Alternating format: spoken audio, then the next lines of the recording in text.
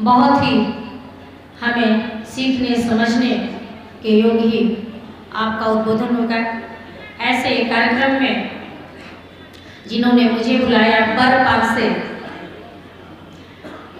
जो एक चिराग निकल के भारत के थल सेना अध्यक्ष होते हैं और भारतीय जनता पार्टी में देवरिया के सांसद रहते हैं और एक एक कार्यकर्ता को अपने परिवार का अंग समझ करके उनको आगे बढ़ाने का काम करते हैं। उन्हीं के सुपुत्र बड़े भाई माननीय शशांक मणि त्रिपाठी जी, जो इस कार्यक्रम को रखा है। इस कार्यक्रम में उपस्थित जिले के जिलाध्यक्ष बड़े भाई श्री भूपेंद्र सिंह जी और अध्यक्ष संस्कृत विकास परिषद जिन्होंने मुझे आमंत्रित किया है वो श्री शशांक मणि जी हैं। इस कार्यक्रम में उपस्थित पूर्व जिले के अध्यक्ष श्री बड़े भाई महेंद्र यादव जी और डॉक्टर बैदुरी प्रताप शाही जी,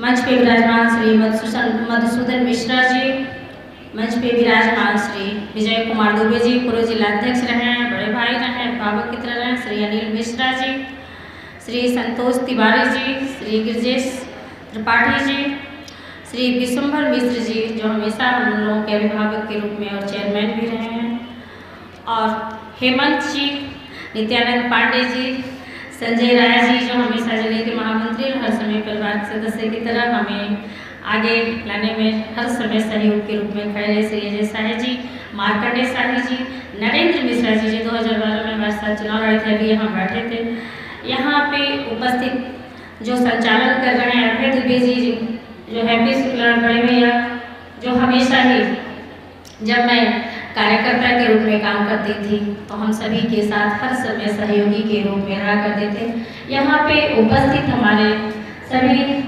मंचा सिंह जिनका नाम छूट गया हो, विजय बहादुर दुबे जी और अजय शाही जी जिनका नाम छूट गया, सभी को इस कार्य में जोड़ते हुए यहाँ पे सामने उपस्थित सभी हमारे अपने देवरिया जनपद के, अपने पार्टी के, अपने परिवार के, अपने विचार के बैठे हुए सभी अभिभावकगण, सामने उपस्थित हमारी नारी शक्ति, इतनी भारी संख्या में हमारी महिला मोर्चा और नारी बंधन, अभी आपने कहा कि नारियों का बोलबाला है, हमारे संचालक महोदय कह रहे थे, तो सच है कि बोलबाला तो नारियों ने अपने दम पर यहाँ तक ले आया था, लेकिन जब अपना दम हो और सरकार का समर्थन हो और 33% नारी बंधन अधिनियम जैसी योजना ला करके हमारे भारत की महिलाओं को सशक्त और मजबूत करने के लिए बड़ा प्लेटफॉर्म मिल रहा हो, तो निश्चित हमारी बहनें अब घर घर से निकल करके अपने आप को मजबूत प्रदान करने के लिए काम करेंगे। काम तो पहले से कर रही थी, परंतु हमें सहयोग सरकार की तरफ से कभी नहीं हो रहा था, लेकिन भारतीय जनता पार्टी लगातार 33% या 50% आरक्षण के साथ कंटिन्यू महिलाओं को जोड़ करके काम कर रही थी। और मैं तो तमाम पदों पे यहाँ काम की हूँ जहाँ हमेशा महिलाएं जत्था की जत्था हमारे साथ चलती थी, रहती थी, निकलती थी। यदि आज सनातन संस्कृत का और राष्ट्रवाद का जो विषय है, तो हमारे सभी, आपने रामलैक उद्बोधन भी सुना होगा और हमारे सभी मंचा सिंह, सभी हमारे जितने हमारे गुरु हैं, अभिभावक लोग हैं, बताए होंगे। थोड़ा सा मैं सरकार की तरफ से इस विषय को अपनी तरफ से रखना चाहूँगी कि आज सनातन, कुछ दशक पहले आप चले जाएं तो जैसे एकदम से लग रहा था कि हमारा सनातन बहुत पीछे हमसे छूट रहा था, भौतिकवाद और पश्चिमीकरण में हम बहुत आगे भागते हुए जा रहे थे और बिल्कुल नहीं ध्यान दे रहे थे कि हमारा सनातन है। लेकिन मैं धन्यवाद दूंगी इस देश के प्रधानमंत्री आदरणीय नरेंद्र भाई मोदी जी को, जब से इस देश की बागडोर को अपने हाथ में लिया, आज सनातन हिंदू गौरव से 56 से एकदम गौरव के साथ जो 56 इंच का सीना लेकर के प्रधानमंत्री जी जब अपने भाषण में, अपने उद्बोधन में 2014 में जो बोला करते थे, आज हर भारतीय 56 इंच का सीना चौड़ा करके और सनातन धर्म पे गौरव करता है। देश हो विदेश हो, जो हमारे देश के प्रधानमंत्री बाहर जाया करते थे, लेकिन आज इस देश के प्रधानमंत्री बाहर जाते हैं तो वहाँ के राष्ट्रपति, वहाँ के प्रधानमंत्री और वहाँ के सभी जननेता बैठकर जिस तरह स्वागत करते हैं, इस होता है, गौरव होता है। हर भारतीय इसको देख करके बहुत ही गौरवान्वित होता है, खुश होता है, महसूस करता है। ये सभी भारत के हमारे सनातन के लोगों को मैं धन्यवाद देती हूँ कि एक एक लोग आज गांव-गांव में अखंड कीर्तन से लेकर के भागवत से लेकर के रामायण हर जगह हो रहा है और सनातन को फैलाने में, सनातन को फिर से सनातन तो मेरा था ही है, सनातन हमारा देश ही है, लेकिन लोग कहीं ना कहीं पश्चिमीकरण में पड़ के इसको भूलते जा रहे थे। सबसे बड़ी बात मैं बता दूँ आपको कि आज इस देश के प्रधानमंत्री, सनातन में ये भी है कि जहाँ नारियों की पूजा होती है वहीं देवता निवास करते हैं। और जब इस देश के प्रधानमंत्री आधी आबादी को निकाल करके उनको सशक्त और मजबूत करके उनको स्वावलंबी बनाने के लिए जब निर्णय ले लिया है और पूरी कल्याणकारी योजनाओं के साथ आगे बढ़ा रहे हैं, तो निश्चित रूप से ये हमारी संस्कृति थी, ये हमारा धर्म था, यही सनातन था और उस पर हमारी सरकार काम कर रही है और बहुत बेहतर काम कर रही है। हमारी आधी आबादी आज कहीं भी निकलने के लिए एकदम आगे तैयार है, बिल्कुल सुरक्षित है। ये डबल इंजन की सरकार लगातार सनातन और संस्कृति को बचाने का काम कर रही है। जहाँ तक राष्ट्रवाद की बात है, आज हमारा राष्ट्र, आज हमारा भारत पूरे विश्व में गौरवान्वित कर रहा है हमें। ये सब इस देश के प्रधानमंत्री आदरणीय नरेंद्र भाई मोदी की वजह से। इसके पहले भी सरकारें थी और प्रधानमंत्री थे, लेकिन यहाँ से जाते ही उनका जैकेट, उनकी पगड़ी और उनके सारे कपड़े उतार के पहले उनका चेक होता था। ऐसा परंपरा थी और लोग जो जिन देशों में जाते थे उस देश के लोग अपने आप को बहुत बड़ा समझते थे और हमारे भारत को कमज़ोर समझते थे। लेकिन बड़े बड़े स्ट्राइक करके इस देश के प्रधानमंत्री जी ने ये दिखा दिया है कि भारत कितना सशक्त, मजबूत है और भारत किसी की गलती को क्षमा नहीं करेगा और भारत कितना दयावान है कि भारत जब यूक्रेन और रूस से युद्ध हो रहा था उस समय 24 घंटे युद्ध को रुकवा करके और वहाँ से जितने हमारे भारतीय फंसे थे वो तिरंगा लेकर के निकले। और मैं आपसे बता दूं, सिर्फ भारतीय नहीं निकले, वहाँ जो रूस के थे, पाकिस्तान के थे, वो भी तिरंगा लेकर के अपनी जान बचाते हुए निकले। ये हमारा राष्ट्रवाद है। इस समय हमारे देश की पहचान ये है। हमारा देश इतना सशक्त, मजबूत इस समय है कि ऐसी स्थितियां आज हमारे देश की हैं कि जो कहीं तिरंगा उठा ले वो सुरक्षित है। ये आज हमारे देश की स्थिति। ऐसी सरकार आप सभी ने बनाई है और मैं धन्यवाद देती हूँ इस देश की जनता को भी जो लगातार, और हमारी आधी आबादी को भी जो लगातार सरकार को बना रही है, अपनी संस्कृति, अपने सनातन, अपने राष्ट्रवाद को लगातार बचा रही है। आज हम कहीं ना कहीं भूलते जा रहे थे। हम अपनी अयोध्या, हम अपनी काशी, हम अपनी मथुरा सब ले रहे हैं। आज हमारी पूरी आपकी शक्ति है। आपने आज ये सब चीज़ें जो शक्ति दिया है, अपनी सरकार को बनाया है, आपकी वजह से ये सारी चीज़ें हो रही हैं।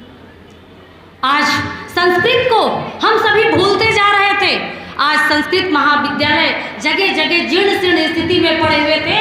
आज सभी संस्कृत महाविद्यालयों को कायाकल्प करके और वहाँ अच्छे टीचर दे करके हर जगह आज संस्कृत अच्छी विधा के रूप में हमें पढ़ाई, क्योंकि यही हमारा मूल है और इसको अब पढ़ाया जा रहा है और हमारे शिक्षक भी पढ़ाए। अब मैं संस्कृति तो है ही है, आज शिक्षा का स्तर इतना ऊपर हो गया है कि आज प्राथमिक विद्यालय हर जगह चमचमा रहे हैं। यही प्राथमिक विद्यालय जो गांव-गांव में हुआ करते थे, जीर्ण शीर्ण स्थिति में, उसमें शौचालय नहीं, उसमें पीने का पानी नहीं और कुछ भी उसमें जाए वो एकदम गलत ही होता था। उसमें शादी ब्याह करके और इधर उधर जूठा फूठा पेड़ करके उसमें रहता था और बच्चे गरीब के पढ़ नहीं पाते थे। आज सरकार जैसे गांव में रह रहे गरीब के उत्थान और विकास के लिए सभी कल्याणकारी योजनाओं के माध्यम से काम कर रही है। आज गांव के लोग एकदम बिल्कुल शहर के वातावरण में आने के लिए तैयार हैं। आज गांव-गांव में ग्राम पंचायत भवन है, वो सचिवालय बन गया है और आज गांव में ही खसरा, खतौनी, आयुष्मान कार्ड और प्रधानमंत्री जी की दी हुई और मुख्यमंत्री जी की दी हुई सारी कल्याणकारी योजनाएं आप गांव में ही ऑनलाइन करा सकते हैं। आज रोजगार का सृजन बढ़ा है। आज हर गांव-गांव में हमारा कंप्यूटर सहायक बैठा है, सामुदायिक शौचालयों पर हमारी बहनें बैठी हैं और हमारी माताएं बहनें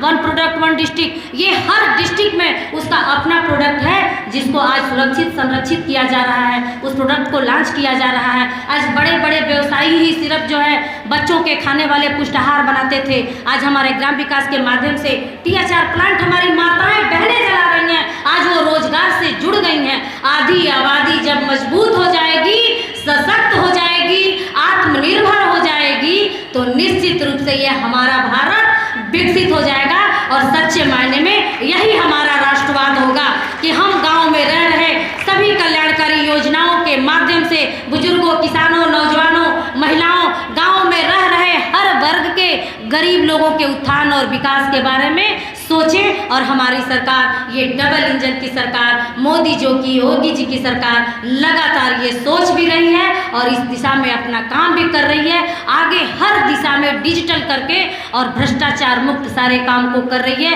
निश्चित रूप से हमारे राष्ट्र को, हमारे देश को विकसित करने के लिए इन सारी चीज़ों की आवश्यकता थी और बहुत ही महत्वाकांक्षी योजनाओं से हमारी सरकार जो है सारे काम को कर रही है। प्रधानमंत्री आवास योजना इतनी बड़ी महत्वाकांक्षी योजना सरकार की कि गांव में रह रहे हर शोषित दलित पीड़ित का जो है, गांव में जिसके पास पक्के छत का मकान नहीं है, हर व्यक्ति के पक्के छत का मकान देने का जो वादा किया था सरकार, आज वो पूरे हो रही है। इतने साल देश को आज़ाद हुए हो गया, आज भी गांव में गरीब यही सोचते थे कि हम गरीबी में पैदा हुए, 3-3 पीढ़ी गरीबी में ही मर जाते थे। लेकिन आज कहीं ना कहीं इस देश के प्रधानमंत्री जी और मुख्यमंत्री जी की वजह से लोगों को बीच आत्मविश्वास बढ़ा है, उनका मनोबल बढ़ा है, उनको लगा है कि कोई देश का संरक्षक आ गया है, कोई अभिभावक आ गया है, कोई बेटा आ गया है, कोई हमारे परिवार का भाई आ गया है और हम लोगों के सर पे भी पक्के छत का मकान होगा, हमारे घर भी शौचालय होगा। आज कहीं पैसे वाले लोगों के घर की बेटियां, बहुएं अगर शौचालय जाती थी, शौचालय में जाती थी, तो कहीं न कहीं आज हमारे गरीब घर की भी बेटियां जाती हैं। और पैसे वाले लोग घर गैस हुआ करता था, प्रधानमंत्री उज्ज्वला गैस के माध्यम से आज हर गरीब के घर गैस का भी कनेक्शन हो गया है। मतलब सरकार की सभी योजनाएं कल्याणकारी हैं और भारत को उत्तम राष्ट्र बनाने में, विकसित राष्ट्र बनाने में अब कोई नहीं रोक सकता। सरकार अपनी सभी कल्याणकारी योजनाओं के माध्यम से अपने दिशा और दशा को बदलने के लिए आगे बढ़ चुकी है, काम कर रही है। आप सभी इसी तरह निरंतर आशीर्वाद दें और मैं धन्यवाद दूंगी ऐसे कार्यक्रम कराने के लिए अपने शशांक मणि भैया को कि जो आपने संस्कृति पर, सनातन पर और राष्ट्रवाद पर ऐसे कार्यक्रम करके सभी बुद्धिजीवियों को बैठा के इस पे काम किया। निश्चित रूप से मैं कहना चाहूँगी कि हम सभी का काम है, किसी गांव में एक सफाई कर्मी चाह के भी उस गांव को पूरी तरह साफ नहीं कर सकता जब तक हमारी मानसिक स्थिति ना बदले, हम सही जगह पर कूड़े को और गलत चीज़ों को सही जगह पर ना फेंकें। उसी प्रकार ये सनातन, ये संस्कृति और ये राष्ट्रवाद हम सभी के जेहन में होना चाहिए। हमें बचाना होगा कि हमारी संस्कृति क्या है, हमारा सनातन क्या है, हमारा राष्ट्रवाद क्या है। हम बिल्कुल पश्चिमीकरण में नहीं जाएंगे और निश्चित ही हम उन सब चीज़ों में नहीं पड़ेंगे जो हमारे सनातन हमें नहीं कहता। जो हमारा सनातन कहता उसमें हम आगे चल के बैठेंगे। आज हमारे ये बच्चे जो यहाँ बैठे हैं, संस्कृत के विद्यार्थी, बहुत बहुत बधाई। जब ये बच्चे किन्हीं कार्यक्रमों में जाते हैं और मंत्रोच्चार करते हैं तो निश्चित रूप से वहाँ ऐसा भाव उत्पन्न होता है कि कहीं न कोई यज्ञ हो रहा है और बहुत ही अमृत और अमृत वातावरण पैदा होता है। मैं आप सभी को भी धन्यवाद दूंगी। यहाँ पे उपस्थित सभी लोगों को प्रणाम करते हुए, माताओं बहनों को सभी लोगों का अभिवादन और प्रणाम करते हुए, मंचासीन सभी लोगों को प्रणाम करते हुए, शशांक भैया को धन्यवाद देते हुए कि आपने मुझे इस कार्यक्रम में बुलाया। मैं अपनी वाणी को विराम देती हूँ। बोलिए भारत माता की, भारत माता की।